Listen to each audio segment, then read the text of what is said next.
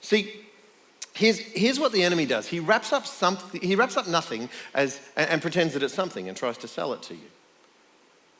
It's the wolf in sheep's clothing analogy. This is something, this is something, this is something. Look over here, and you grab the thing and you realize that it's nothing. You might even see this in your news feeds where clickbait comes across your screen, you know. Whatever, if it bleeds, it leads. And so you click on that thing and you realize there's just one paragraph of information and it says, story still developing.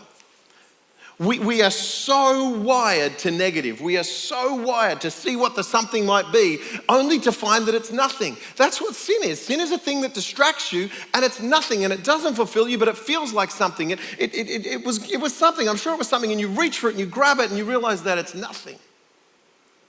People of faith that live in a place of peace and carry the gift of joy have realized that the something of the gospel is, wait for it, this is deep. The something of the gospel is really something. No. It's really something.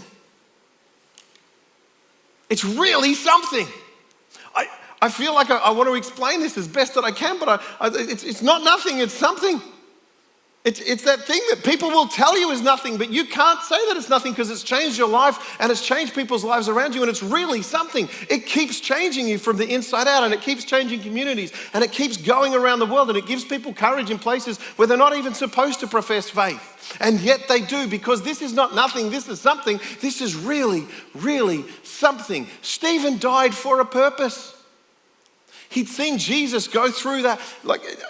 We got to get our heads around this. We don't live in this space. People around the world do. There are many countries around the world where this is the kind of pressure that the church and people of faith are under. We don't live in that place, but we've still got to own our own humanity of the stresses and the pressures that come on our faith. And we need to remind ourselves that it's not nothing wrapped up as something. It's something that really is something.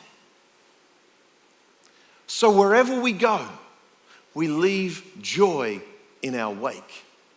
When you carry the story of Jesus, you leave joy in your wake.